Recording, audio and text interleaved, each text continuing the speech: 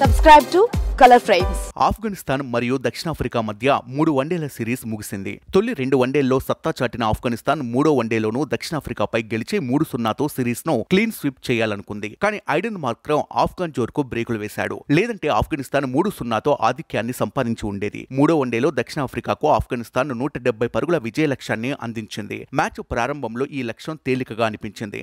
కానీ దక్షిణాఫ్రికా 80 పరుగుల వద్ద 3 వికెట్లు కోల్పోయి లక్ష్యాన్ని భారంగా మార్చుకుంది. అయితే ఐడెన్ మార్క్రమ్ అజేయంగా స్కోర్ చేయడం ద్వారా ఇన్నింగ్స్ ను చేజిక్కించుకున్నాడు.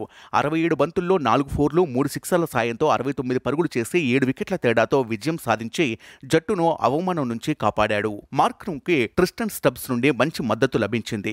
ఫలితంగా సౌత్ ఆఫ్రికా 33 ఓవర్లలో లక్ష్యాన్ని ఛేదించింది. రెండో వన్డేలో సెంచరీ సాధించిన ఆఫ్ఘన్ బ్యాటర్ రెహమానుల్లా గుర్బాజ్ ఈ మ్యాచ్లోనూ అద్భుతంగా బ్యాటింగ్ చేసి ఒంటి చేత్తో పోరాడాడు. ఇన్నింగ్స్ ఆరంభం నుంచి ఆఫ్రికన్ బౌలర్లను సునాయాసంగా ఆడిన గుర్బాజ్ బలహీన బంతులను బౌండరీకి పంపాడు. గుర్బాజ్ 94 బంతుల్లో 4 సిక్సర్లు 7 ఫోర్లతో 89 పరుగులు చేశాడు.